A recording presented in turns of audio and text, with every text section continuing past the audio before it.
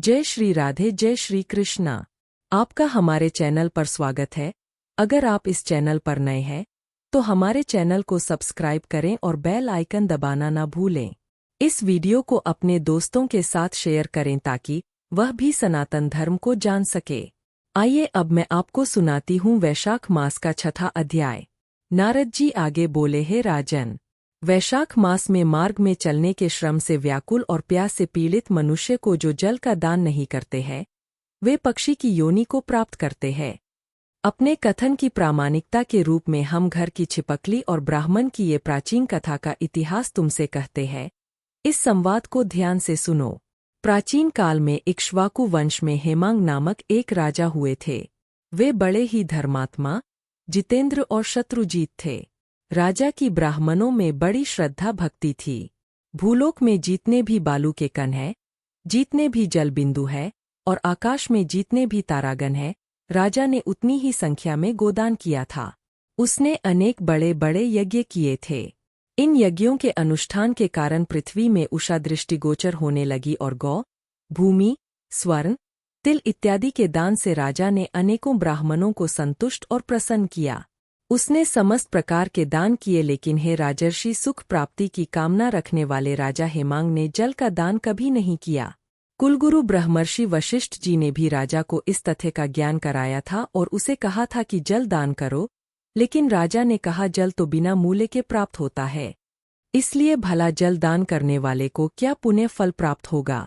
ऐसे ही अनेकों तर्क राजा ने महर्षि को दिए और जल दान नहीं किया।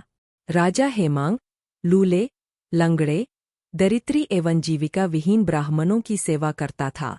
वेदपाठी, तत्वज्ञानी और ब्रह्मवादी ब्राह्मणों की सेवा पूजा वो नहीं करता था। राजा का तर्क था कि विख्यात एवं विद्वान ब्राह्मणों की तो सभी सेवा करते हैं, लेकिन अनाथ, अशिक्षित, लंगड़े लूले ब्राह्मणों और दरिद्रता से पीड़ित व्यक्तियों की स्थिति बड़ी दुखद है। इसलिए ऐसे ही व्यक्ति मेरी दया के योग्य है। इस प्रकार दूरबुद्धि से प्रेरित राजा हेमांग ऐसे ही कुपात्रों को दान देता रहा। इस दुराग्रह दोष के कारण मृत्यु के पश्चात राजा हेमांग ने 3 जन्मों तक चातक योनि का जीवन पाया। एक जन्म में गिद्ध बना। इसके पश्चात 7 जन्मों तक कुत्ते की योनि में रहा। इसके पश्चात हे राजश्री, राजा हेमांग ने एक राजा के घर छिपकली के रूप में जन्म लिया। जिस राजा के यहाँ राजा हेमांग ने छिपकली के रूप में जन्म लिया था वो मिथिलापुरी का राजा श्रुतकीर्ति था। छिपकली की योनि में वो घर के दरवाजे की चौखट के ऊपर कीड़े मकोड़ों को खाते हुए 87 वर्ष तक वहाँ रहा। दैव योग से एक दिन ऋषियों में श्रेष्ठ श्रुति देव नाम के महर्षि दोपहर के समय मार्ग के श्रम से थके हुए मिथिला के राजा श्रुतकीर्ति के यहाँ पधारे। राजा अपने यहाँ आए हुए ऋषि को देखकर बड़ा ही प्रसन्न हुआ और उसने आदर सहित उठकर उनका स्वागत किया। अनेकों प्रकार से उनका पूजन कर राजा ने उनके चरण धोए और उस चरणोदक को जब राजा अपने मस्तक पर छिड़कने लगा तो उसी समय भगवान की प्रेरणावश उस चरणों तक की एक बूंद उस छिपकली रूपी राजा हेमांग पर भी गिर गई।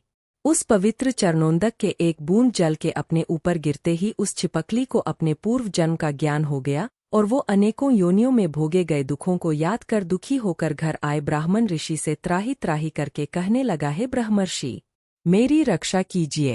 एक छिपकली को इस प्रकार बोलते देखकर ब्रह्मर्षि को बड़ा ही आश्चर्य हुआ। वो छिपकली से कहने लगे, हे गोधा, तुम इतनी दुखी होकर इस प्रकार का विलाप क्यों कर रही हो? तुम्हारी यह दुर्दशा किस कर्म के कारण हुई है? तुम कौन हो? अपना सारा वृत्तांत मुझे बताओ, आज ही तुम्हारा उद्धार करूंगा। ऋषि के ऐसे दया से भरे वचन सुनकर छिपकली रूपधारी राजा हेमांग कहने लगा, हे ब्रह्मर्षि, मेरा जन्म इक्ष्वाकु कुल में हुआ था। मेरा नाम राजा हेमांग था। मैं वेद और शास्त्रों का पूर्ण ज्ञानी था। पृथ्वी पर जितने बालू के कण हैं, जितनी जल की बूंदें हैं और आकाश में जितने तारे हैं, मैंने इतनी गायें दान की थी। सारे यज्ञ किए, कुएं, बावड़ी और सरोवर बनवाए, अनेक प्रकार के दान दिए और धर्मपूर्वक राज्य किया, लेकिन इतने पुण्य कार्य करने पर भी मेरी ऐसी दुर्दशा हुई और मुझे स्वर्ग प्राप्त नहीं हुआ। 3 जन्मों तक मुझे चातक की योनि में रहना पड़ा। एक जन्म में मैं गिद्ध बना और 7 जन्मों तक कुत्ते की योनि में रहना पड़ा। हे ऋषिवर, जब ये राजा आपके चरणोंदक को अपने शरीर पर छिड़क रहे थे तभी भगवान की कृपा से उसकी एक बूंद मेरे ऊपर भी आ गिरी और उस बूंद के गिरते ही मुझे अपने पिछले जन्म की याद हो आई और मेरे सारे पाप नष्ट हो गए। ये ब्राह्मणों में श्रेष्ठ मुझे 28 जन्मों तक छिपकली के योनि भोगनी पड़ेगी। मुझे अनेकों प्रकार की दैवी सृष्टि दिखाई दे रही है और मैं अब इन योनियों में जन्म लेने से भयभीत हूँ। हे ऋषिवर, मेरी इस दुर्गति का क्या कारण है? कृपया इस स्थिति को विस्तार पूर्वक स्पष्ट करें। छिपकली के ऐसा कहने पर ऋषि ने अपने दिव्य ज्ञान के द्वारा उसके पूर्वजन्म का सारा वृत्तांत जान लिया। फिर वे कहने लगे कि हे राजन, आपके निकृष्ट योनियों में जन्म लेने का कारण आपके सामने स्पष्ट कर रहा हूँ। ध्यान देकर सुनिए। तुमने माधव भगवान को प्रिय वैशाख मास में कभी भी जल का दान नहीं किया। तुमने जल को सर्वसुलभ और मूल्यहीन देखकर ये निश्चय कर लिया कि ये तो मूल्य रहित है, आसानी से प्राप्त होता है, इसलिए दान के योग्य नहीं है। यही सोचकर मार्ग के श्रम से थके हुए और धूप से पीड़ित ब्राह्मणों को कभी भी जल दान नहीं किया और सत्पात्रों की उपेक्षा कर कुपात्रों को दान दिया। हे राजन, जलती हुई अग्नि को त्याग कर भस्म में कोई भी हवन नहीं करता है। कांटेदार और सुगंध से युक्त होने पर भी ऐसे वृक्षों का पूजन नहीं किया जाता। पूजन तो पीपल के वृक्ष का ही होता है।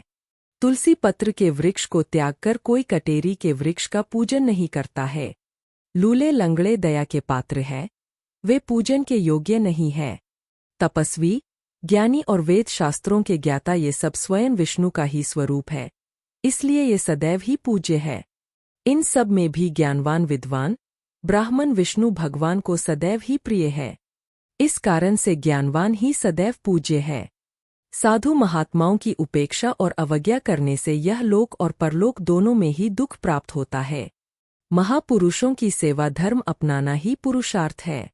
अनेकों ऐसे अविवेकी मूढ़ हैं जो कर्तव्य का विचार नहीं करते हैं। कहने का तात्पर्य यह है कि ऐसे मंदमती मूढ़ जन भी है जिनके संग से किसी प्रकार का कोई फल प्राप्त नहीं होता है, लेकिन साधु संत महात्माओं के दर्शन मात्र से ही पवित्रता प्राप्त होती है। साधु संतों की सेवा करने से किसी भी सुशिक्षित व्यक्ति को कोई दुख प्राप्त नहीं होता। तुमने ना तो जल का दान किया और न साधु महात्माओं की सेवा की, इसी कारण तुम्हारी यह दुर्दशा हुई है। वैशाख मास में मैंने जो पुण्य किया है वो तुम्हारी शांति के लिए मैं तुम्हें देता हूँ। इस पुण्य के प्रताप से तुम्हारे भूत, भविष्य और वर्तमान तीनों कालों के कर्मों के दुखदायी संस्कार दूर हो जाएंगे। इतना कहकर मुनियों में श्रेष्ठ श्रुति देव जी ने जल का स्पर्श करके अपने सर्वोत्तम पुण्य की फल को हेमांग को दान कर दिया। इस प्रकार ऋषि ने जब वैशाख मास में अपने एक दिन के स्नान किए का फल उसे दिया तो उस छिपकली के सारे पाप नष्ट हो गए और छिपकली की योनि को त्याग कर दिव्य विमान पर सवार होकर दिव्य माला और वस्त्राभूषण धारण कर वो सबके देखते देखते स्वर्ग को गमन कर गया।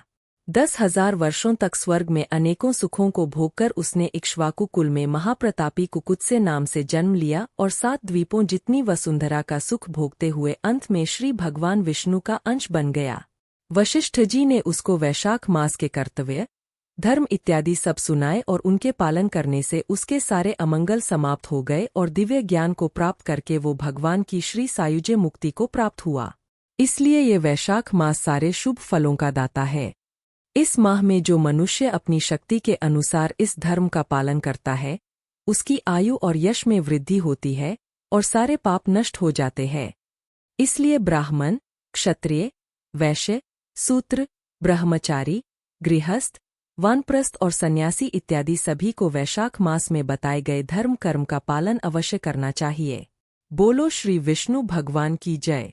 तो यह था वैशाख मास का 6ठा अध्याय। अगर आपको वीडियो पसंद आई तो इसे लाइक करें, शेयर करें और कमेंट करें। हरे कृष्णा, राधे राधे।